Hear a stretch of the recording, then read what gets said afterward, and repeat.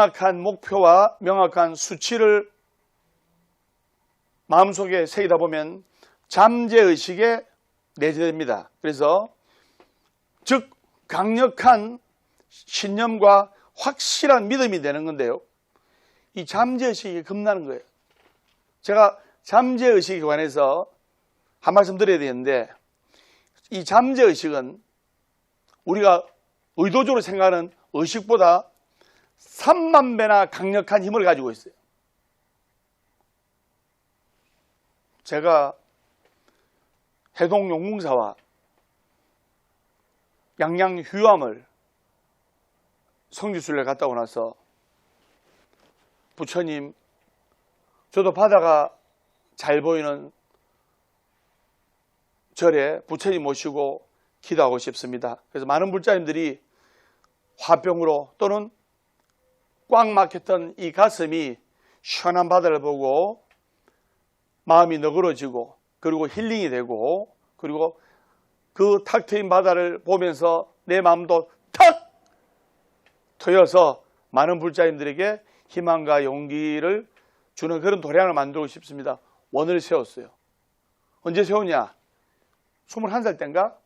용궁사도 갔다 오고, 용궁사 그림 나오죠? 그 다음에 양양휴암도 갔다 오고, 양양휴암 전경 나오죠? 그리고 나서 잊어버렸어요. 근데 세월이 30년이 지났는데 우연찮게 스님이 송정소원성지사로 도량을 만들게 된 거예요. 이게 바로 잠재의식의 힘입니다. 우연찮게 송정소원성지사에 그 탁 트인 바닷가에 그 대가람이 만들어지고 나서야 우연찮게 스님이 30년 전에 일기를 보게 되는데, 그 30년 전 일기에 보면 용궁사 같은 휴암 같은 도량을 만들고 싶다 원을 세운 것이 그 일기 내용대로 맞아떨어져 가지고 송정소원성지사 정말 좋잖아요. 그래서 이 잠재의식은 정말로 강력한 힘을 가지고 있는 거예요. 예를 들면 10년 전에 교통사고를 당해가지고 뺑소니 친 그 오토바이 뺑소니 그 사람을 잡지를 못했어요. 40대 가장이 그러한 사고로 장애인이 되는데, 근데 그 다친 사람을 최면을 걸어가지고 딱 눕혀가지고 마음을 릴렉스 시켜가지고 최면을 걸어가지고 레드 선 해가지고 자 10년 전에 그때 그 사고 장소로 돌아갑니다. 뭐가 보입니까? 그러니까 오토바이로 크게 다친 그 사람이 멀리서 오토바이가 다가옵니다. 저를 치고 달아납니다. 하니까 최면술사가 그러면 오토바이 색깔은 뭡니까? 그리고 오토바이 운전자의 헬멧의 색깔은 뭡니까? 하니까 정말 잊고 있었던 그 기억이 잠재의식을 통해 가지고 그 뺑소니 오토바이 운전자의 헬멧 색깔, 그 다음에 오토바이 남바 그까지 다 기억해서 그 뺑소니 오토바이 운전자를 10년 만에 찾아내서 잡은 거예요. 이렇듯 이 잠재의식은 우리가 의식적으로 도무지 해낼 수 없는 일들을 가능하게 해주는 거예요. 그렇기 때문에 성공하고 또 부자가 되기 위해서는 분명한 목표를 잠재의식에 새겨 넣는 것이 중요합니다. 자신의 소원이 있다면 잠꼬대를 할 때도 그 자신의 명확한 목표를 또 자신의 꿈과 희망을 의식적이든 무의식적이든 되뇌이게끔 하면 그 꿈과 희망은 이루어지는 거예요.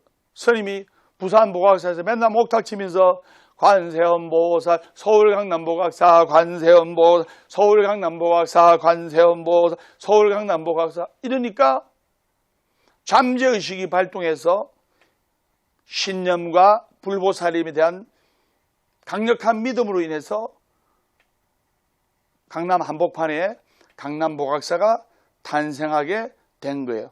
그렇기 때문에 구체적이지 않은 목표는 잠재의식을 자극할 수가 없는 거예요. 구체적인 목표, 명확한 목표. 그래서 분명하고 명확한 목표만이 잠재의식을 감동할 수가 있는 거예요. 분명한 목표가 새겨진 잠재의식은 우리를 성공을 향해 달리게끔, 다시 말해서 자동 항법 장치 역할을 하며 이끄는 거예요. 그것이 바로 끌어당김의 법칙이에요. 잠재의식은 우리가 무엇을 해야 할지, 어떻게 해야 할지 알려주는 거예요.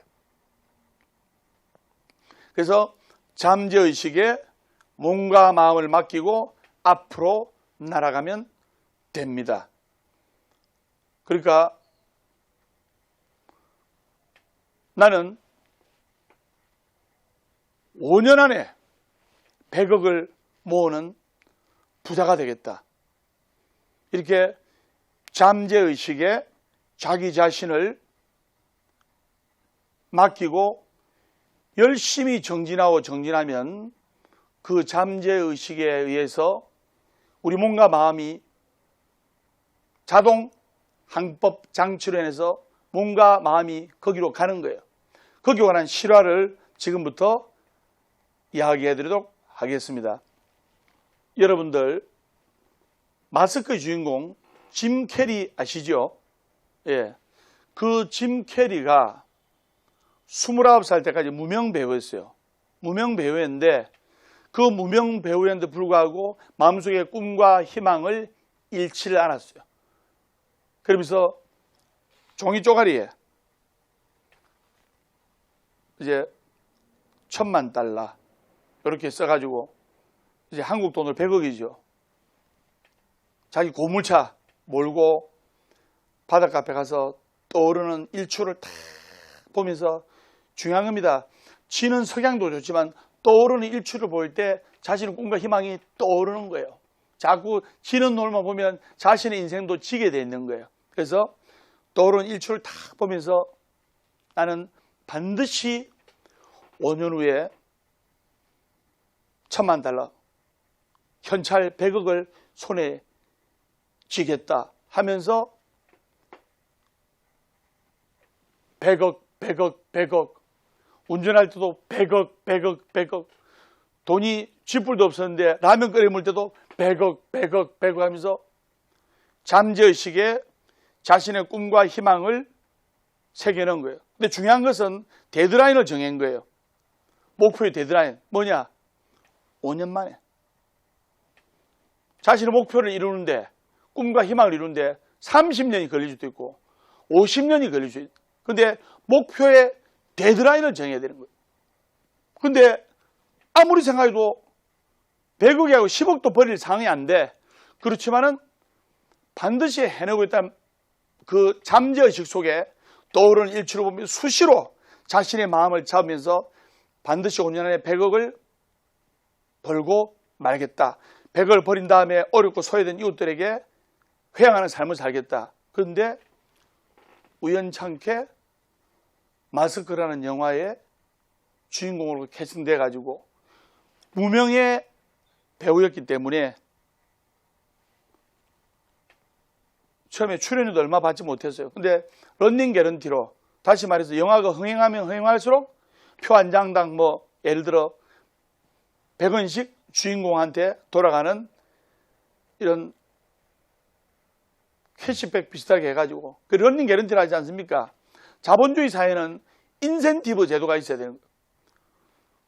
북한이 왜 망합니까? 열심히 하나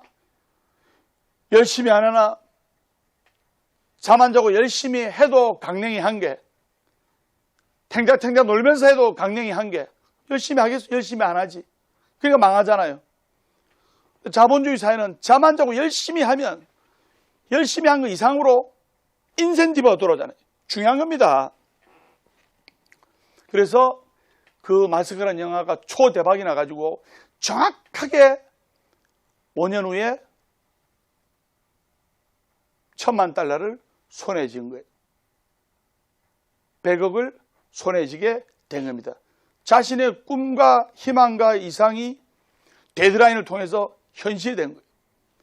저도 재미삼아 서울에서 부산 내려갈 때 운전하시는 분들이 몸이 되게 피곤하셔가지고 그럼 내가 운전할게요. 법담 스님이 술술 풀리게끔 운전할게요 하면서 주무세요. 운전하시는 분들 주무시게 하고 제가 목표의 데드라인을 재미삼아 부산 내려가는데 설렁설렁 하면 한 6시간 만에 가잖아요. 근데 데드라인을 4시간 딱 정해놓고 4시간 안에 부산 도착하겠다. 서울에서 부산까지 4시간 만에 도착하겠다. 4시간이면 빨리 가는 겁니다. 맞죠? 그것도 술술 본 것처럼. 그래가지고 가는데 스태프들이 스님 이 휴게소에서 화장실 볼일 봐야 됩니다. 어허 시끄럽다. 4시간 만에 가인다. 휴게소 안 들리고 화장실 가는 거 참으세요. 해가지고 목표의 데드라인을 정해가지고 딱 달렸는데 스님이 운전을 빨리 안 하거든요. 근데 목표의 한계선을 적고 달렸는데 정말로 3시간 55분 만에 부산에 도착한 거예요. 우리 그때 운전할 때 굉장히 빨리 갔죠.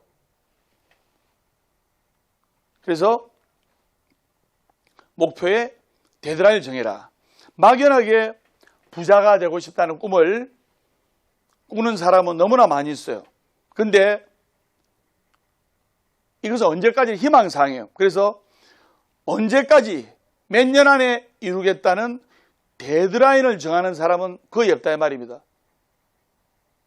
나는 10억을 모으는 게 내 목표다. 100억을 모으는 게 내 목표다. 근데 언제까지? 20년 걸릴 수도 있고 30년 걸릴 수도 있고 50년 걸릴 수도 있단 말입니다. 그래서 그 데드라인을 잠재의식에 각인을 시키면서 그 뇌의 잠재의식 속에 인식이 될 때 바로 꿈과 희망과 이상이 현실이 되는 거예요.